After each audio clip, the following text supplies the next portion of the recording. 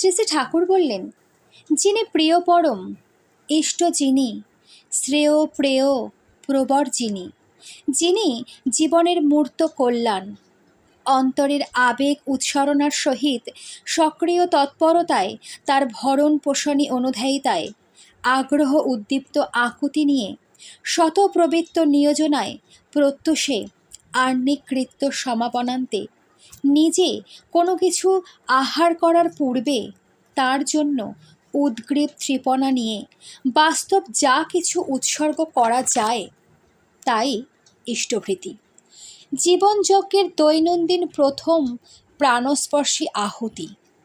শরীর ও মনের যুক্ত আগ্রহে ঈপ্সিতে কেন্দ্রায়িত হয়ে তার ওই ভরণ কামনায় উপার্জন করে দৈনন্দিন সর্বপ্রথমে তাকে যে অর্ঘ্য নিবেদন করা যায় তাকে ইষ্টভৃতি বলে। জয়গুরু।